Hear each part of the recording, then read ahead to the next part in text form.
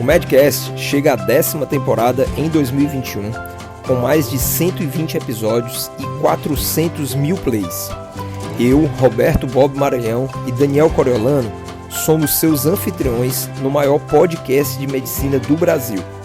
Você pode contribuir com ideias, críticas e sugestões de temas voltados à carreira profissional médica. Deixe comentários no nosso perfil da SoundCloud ou acesse o Instagram, @NúcleoMD. Fique agora com o episódio. Olá galera, sejam bem-vindos a mais um Medcast. Este que é o penúltimo episódio da 10ª temporada e, portanto, eu quero deixar aqui um lembrete especial e vou até fazer aqui algumas colocações para todos vocês que acompanham, escutam com frequência o Medcast. A gente sabe porque a gente vê o monitoramento, né, dos plays através da plataforma da SoundCloud, então nós sabemos, né, que existem aí alguns milhares de pessoas que escutam o Medcast, e aí eu quero deixar esse penúltimo episódio como um apelo, né, um pedido para que a gente se comunique mais. Eu confesso a vocês que eu tenho às vezes dúvidas se vocês por acaso estão mandando mensagem, estão tentando entrar em contato com a gente e por algum motivo esse contato não está chegando, né? Eu não sei exatamente se existe alguma dificuldade de postar comentários aqui, né, na sua plataforma que você escuta o Medcast, né, de você avaliar, porque assim, a gente vê que algumas pessoas fazem avaliação, mas nós vemos muito poucos comentários, alguns episódios sequer comentários têm.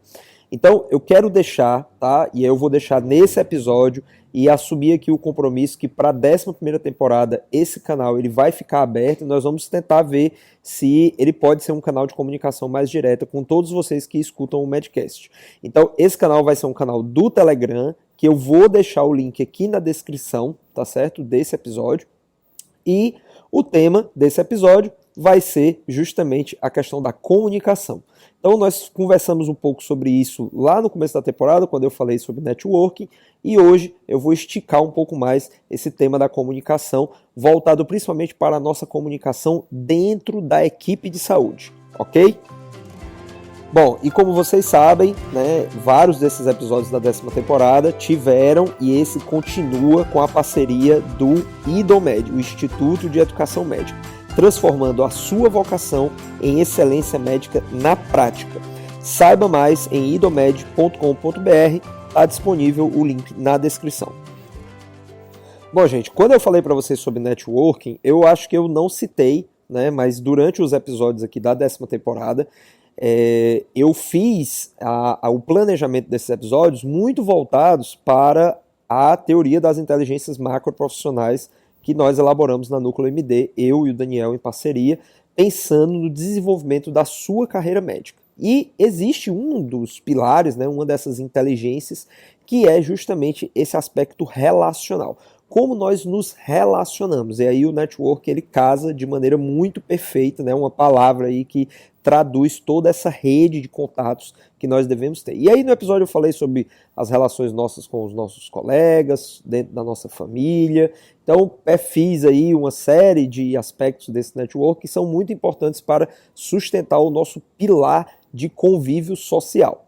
Aqui eu quero dar destaque puxando, né, outros aspectos que nós dialogamos aqui nessa 10ª temporada, principalmente em relação à discussão que nós tivemos aqui por vários episódios sobre os cuidados paliativos. Então, por que os cuidados paliativos? Porque, como eu citei no episódio justamente sobre cuidados paliativos, a gente não faz cuidado paliativo sozinho, né? Não existe equipe de cuidados paliativos. A cuidado paliativo ele pressupõe uma atuação em conjunto, né? É muito difícil, na verdade, o que se tem em termos de marco teórico é que seria impossível você ofertar cuidados paliativos de uma maneira ampla, sozinho, como um único profissional atuando em benefício de algum paciente. Então, o trabalho em equipe ele é fundamental. E eu parto dos cuidados paliativos porque há uma defesa muito grande dos cuidados paliativos sobre esse conceito do trabalho em equipe. Mas eu acredito que em todas as ações que nós possamos desempenhar em benefício e cuidado dos nossos pacientes, obrigatoriamente nós teremos que ter um relacionamento com os nossos colegas, sejam colegas médicos ou sejam colegas de outras profissões da área da saúde. E algo que é muito comum, né, inclusive existem reportagens aí aos montes, né, são conflitos, né, conflitos no que tange aí a questão das intervenções e procedimentos principalmente, que profissionais de outras categorias, fisioterapia, odontologia, que atuam e aí começa a haver um choque, né, sobre quem é que tem realmente o direito, né, ou sei lá, a prerrogativa legal de fazer um determinado tipo de procedimento em benefício do paciente. É claro que quando esses assuntos eles entram dentro da questão da má técnica, e aí isso pode gerar prejuízo direto aos pacientes, nós não podemos nos referir exclusivamente a uma categoria profissional. Todas as categorias profissionais estão sujeitas a maus profissionais. Mas não é disso que eu quero falar aqui. O que eu quero falar é que nós precisamos colocar de lado esse clima, às vezes tenso, que existem entre os diversos profissionais, para pensar no benefício do paciente. Eu acho que isso é o principal, né? Outro dia eu recebi um vídeo do Dr. Adib Jatene, né? E realmente, assim, nesse vídeo, ele fala sobre esse aspecto primordial. Inclusive, ele coloca em contraposição a questão comercial, né? De você se utilizar da relação médico-paciente para ter uma vantagem comercial de tirar dinheiro das pessoas, né? E que isso seria o maior absurdo dentro da prática médica, né? O professor, ele sabe muito bem o que fala, né? Ele tem anos de experiência e nós precisamos realmente dar ouvido a essas palavras, né? Eu vou até ver se eu acho o link do vídeo, porque eu recebi através de um grupo que eu participo, inclusive do próprio Conselho Regional de Medicina, né, no WhatsApp. Mas eu vou ver se eu consigo achar esse link desse vídeo e coloco na descrição para que vocês assistam também, eu acho que vale muito a pena. Bom, então assim, valorizar essa relação dentro da equipe profissional é algo que é desafiador, porque principalmente para nós, e aí eu falo, né, de um cunho aí pessoal, né, eu sinto uma dificuldade muito grande quando eu tento empoderar os meus colegas de profissão. Então, para citar como exemplo, né, o caso de uma paciente que tem uma situação bem complexa devido a um dano neurológico, e aí por vários motivos, né, ela tem uma série de problemas, incluindo problemas motores e problemas respiratórios. Estou falando aqui uma situação hipotética, tá certo, gente? E aí, frente a isso, o que é que cabe em termos de atuação, por exemplo, da fisioterapia? É uma atuação extremamente necessária, né? A reabilitação e a manutenção da condição de saúde de uma paciente que é acamada por uma sequela neurológica depende muito de um bom profissional da fisioterapia, né? Tanto para a questão do desenvolvimento motor, né, das características motoras, a preservação da constituição muscular e para que a pessoa realmente mantenha uma flexibilidade articular, é importantíssimo uma fisioterapia motora. E a parte respiratória também tem suma importância, principalmente para evitar, né, como uma profilaxia, de fato um tratamento, né, que você faz para prevenir o acúmulo de secreções e consequentes infecções, né, que costumam ser os principais causas, né, que levam esses pacientes, inclusive, a falecer. Então, quando a gente se depara com uma situação como essa, é preciso que a gente empodere o profissional da fisioterapia. Afinal de contas, eu, enquanto médico, eu não posso ditar todo tipo de procedimento de fisioterapia que aquele profissional vai fazer. Na verdade, a gente tem que fazer o exercício da autonomia. O profissional da fisioterapia, ele é formado para identificar uma situação de risco e proceder com a melhor forma de executar as manobras, os exercícios, os procedimentos de fisioterapia para aquele perfil de paciente, tendo em vista toda a sua condição clínica. Ele não simplesmente chega lá e segue ordens, né? Então, assim, é preciso que haja realmente essa troca de informações. Então, o médico, ele tem um papel que é muito importante também na questão, por exemplo, de prescrição de medicamentos. A gente sabe que existem medicamentos que são capazes de deixar as secreções mais fluidas, de diminuir a quantidade de secreções, pensando aí num acúmulo de secreções de um paciente acamado e que está fazendo fisioterapia respiratória. Então, essa associação de ações, portanto, o trabalho em equipe, ele tende a ser muito mais proveitoso quando todos se sentem empoderados e capazes de exercer a sua autonomia. Bom, eu quero deixar para vocês uma reflexão para que vocês pensem no dia a dia da atividade de vocês, né, mesmo estudantes, né, o que é que vocês veem em termos de atuação conjunta com outras categorias profissionais.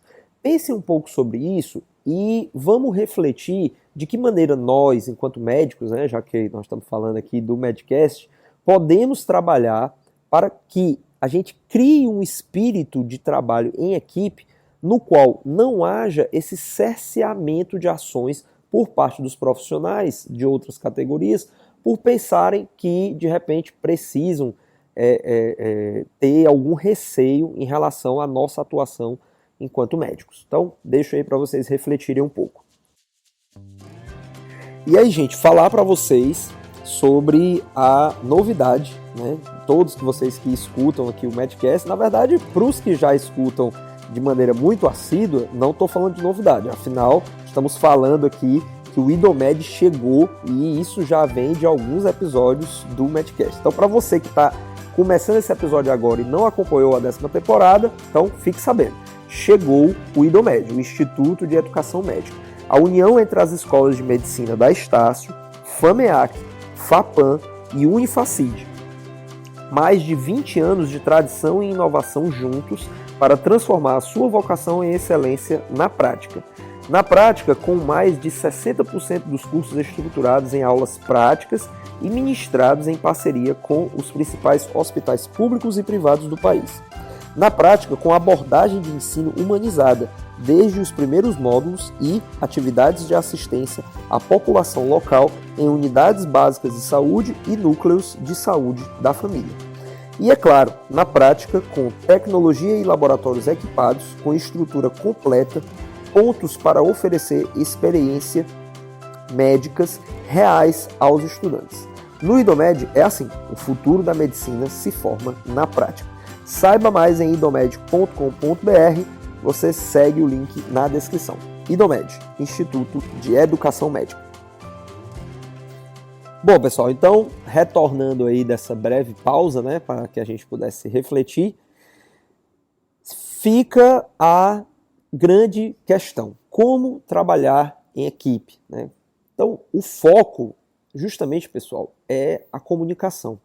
Comunicação esta que tende a se tornar, talvez, a maior ferramenta, se é que ela já não é, né? Assim, dentro do contexto da visão da medicina, com base centrada na relação médico-paciente, o principal aspecto que nós temos que desenvolver na nossa formação, e aí eu digo até dentro de uma atribuição técnica, né, ali entre habilidades e atitudes, é a prática da comunicação.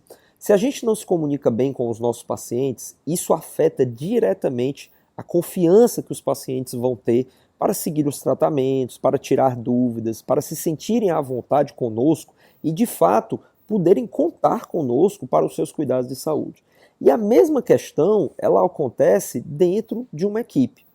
É claro que muitas vezes nós não estamos habituados com as pessoas que, digamos assim, nos cercam, né, em determinados serviços. Às vezes você presta serviço por um atendimento domiciliar, ou um serviço de urgência e emergência, ou dá plantão, e às vezes aquela equipe que está ali, ela não é exatamente a mesma equipe sempre.